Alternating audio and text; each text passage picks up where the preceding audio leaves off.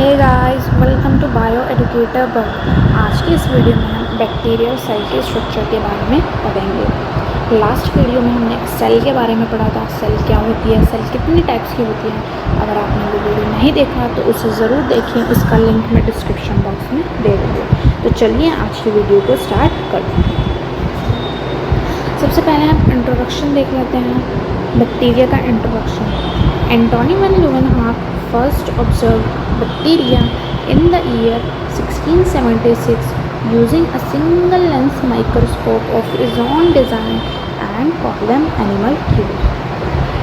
1676 year में Antony van Leeuwenhoek नाम के एक साइंटिस्ट थे जिन्होंने अपने द्वारा बनाई गई एक सिंगल लेंस माइक्रोस्कोप की हेल्प से क्या ऑब्जर्व किया, बैक्टीरिया को ऑब्जर्व किया और उन्होंने क्या नाम दिया, इन्हें एनिमल क्यूब्स नाम दिया, जिसका मतलब होता है टीनी एनिमल्स जो केवल माइक्रोस्कोप में ही दिखाई देते हैं, अपनी नेकेड आई के थ्रू दिखाई नहीं देते।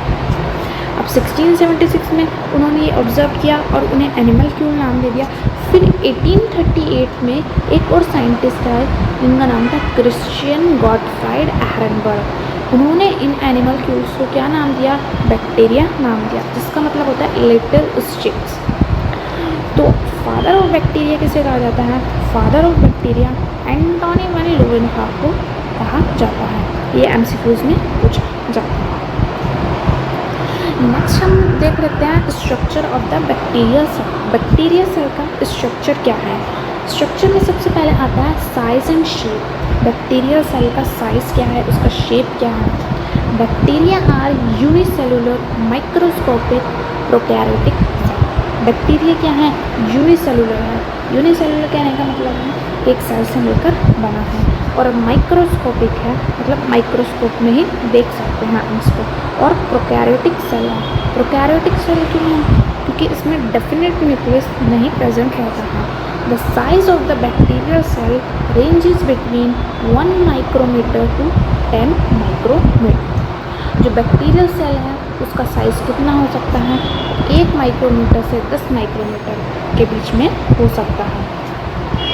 The shape of the bacteria may be coccus, spherical, bacillus, rod shape और spatter.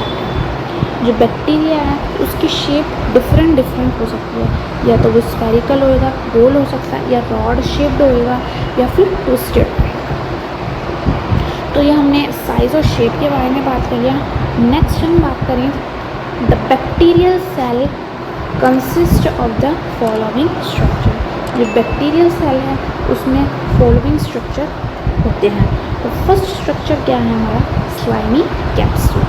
A gelatinous coat outside the cell wall is slimy capsule। एक जिलेटिनस कोट है जो कि सेल वॉल के बाहर प्रेजेंट रहता है।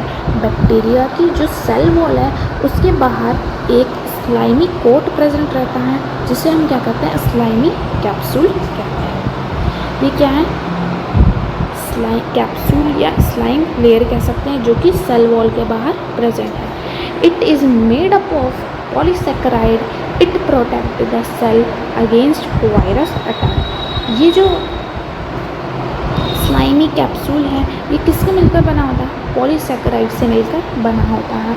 और ये जो स्लाइमी कैप्सूल है ये बैक्टीरिया के सेल को वायरस अटैक से बचाने के लिए हेल्प करता है, इसे प्रोटेक्ट करता है। तो ये होगी सबसे आउटर लेयर कह लो इसको, स्लाइमी कैप्सूल।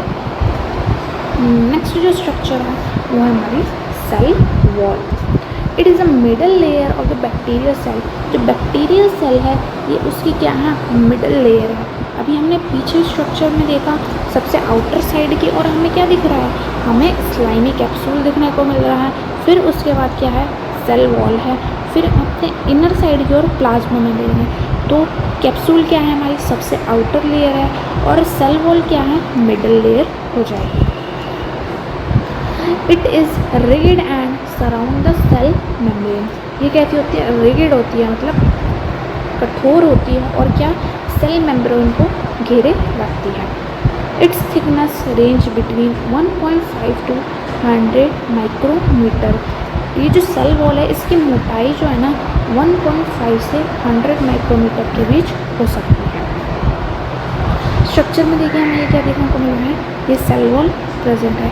इसके अंदर क्या होएगा, हमारी प्लाज्मा मेम्ब्रेन, जो सेल वॉल है प्लाज्मा मेम्ब्रेन के चारों तरफ सराउंड है। नेक्स्ट स्ट्रक्चर अगर हम देखें तो plasma membrane, it is the inner most layer of the bacterial cell.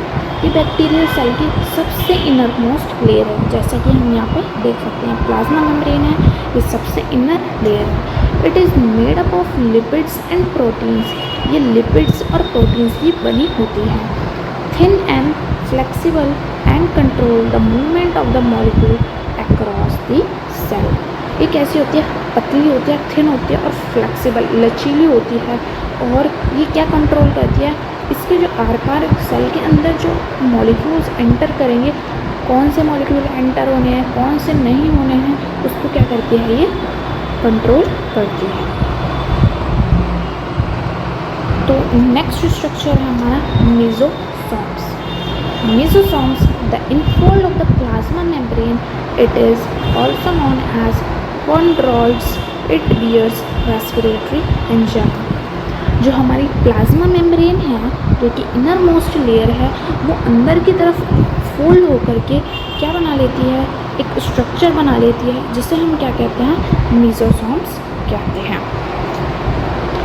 It is also known as chondroid, इन्हें हम कॉन्ड्रॉइड्स भी कहते हैं। ये जो मेसोसोम्स हैं, इन पे क्या प्रेजेंट रहते हैं, रेस्पिरेटरी एंजाइम्स प्रेजेंट रहते हैं, जो कि रेस्पिरेशन में हेल्प करते हैं।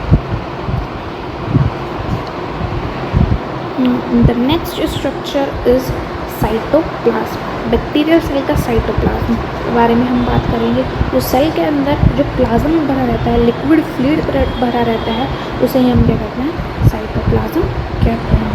It contains protein, lipids, tRNA, mRNA for protein synthesis. Cytoplasm में क्या क्या प्रेजेंट रहेंगे, प्रोटीन्स प्रेजेंट रहेंगे, लिपिड्स रहेंगे, और यहाँ पे क्या प्रेजेंट रहेंगे, ट्रांसफ़र आरएनए रहेगा और मैसेंजर आरएनए रहेगा, जो कि प्रोटीन सिंथेसिस में हेल्प करता है।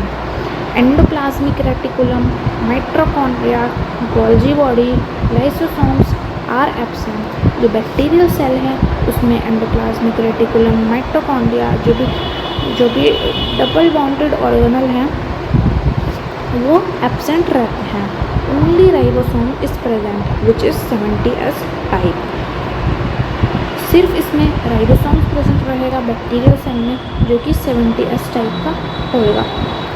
बैक्टीरियल सेल हमें पता है प्रोकैरियोटिक सेल है। प्रोकैरियोटिक सेल में क्या प्रेजेंट नहीं रहते हैं, जितने भी हमारे डबल बॉन्डेड सेल ऑर्गेनल हैं वो इसमें एब्सेंट रहते हैं। साइटोप्लाज्म में क्या प्रेजेंट है हमारा, ये राइबोसोम प्रेजेंट रह गया, प्रोटीन्स के मॉलिक्यूल्स हैं, फैट ड्रॉपलेट्स हैं, ये 50 सब यूनिट है राइबोसोम्स, ये 30 सब यूनिट है, ये ट्रांसफ़र आरएनए प्रेजेंट रहता है, ये सभी प्रेजेंट रहते हैं। नेक्स्ट अगर हम बात करें nucleoid, nuclear envelope is absent. जो हमारा इसमें जो न्यूक्लियस है ना, वो वेल डिफाइंड नहीं होता है। न्यूक्लियस के चारों ओर न्यूक्लियर एनवेलप नहीं प्रेजेंट रहता है। The genetic material lies directly into the cytoplasm. Genetic material है, जो डीएनए है, वो साइटोप्लाज्म के डायरेक्ट कांटेक्ट में रहता है। Such nuclear material is known as nucleotide. जो हमारा न्यूक्लियर मटेरियल है किसका, बैक्टीरियल सेल का, उसमें हमें पता है न्यूक्लियर एनवेलप एब्सेंट है इसमें, और वो साइटोप्लाज्म के डायरेक्ट कांटेक्ट में है। डायरेक्ट कांटेक्ट में है तो इस टाइप के जो न्यूक्लियर मटेरियल है उसे हम क्या कहते हैं, न्यूक्लियोइड कहते हैं। Nucleoid consist of single chromosome और सर्कुलर डीएनए। जो न्यूक्लियोइड है उसमें एक सिंगल क्रोमोसोम प्रेजेंट रहेगा और सर्कुलर डीएनए प्रेजेंट रहता है। नेक्स्ट हमारा स्ट्रक्चर है प्लाज्मिड्स। बैक्टीरियल सेल में plasmids. In some bacteria addition to nucleoid a small circular double stranded DNA molecule is present, it is called plasmid। कुछ bacteria में nucleoid के अलावा कुछ small double stranded DNA molecule present रहते हैं, जिन्हें ही हम क्या कहते हैं, प्लाज्मिड कहते हैं। ठीक है ना। नेक्स्ट स्ट्रक्चर है हमारा flagella. It is whip like locomotory structure found in many bacteria. ये एक लोकोमोटरी स्ट्रक्चर है जो कि बैक्टीरियल सेल के मूवमेंट में हेल्प करता है। It is 150 angstrom thick and 10 to 15 micrometre long. इसकी जो थिकनेस है वो कितनी होती है, 150 एंगस्ट्रॉम होती है, जबकि इसकी लेंथ कितनी होगी, 10 to 15 माइक्रोमीटर होगी, जैसा कि हम डायग्राम में देख सकते हैं।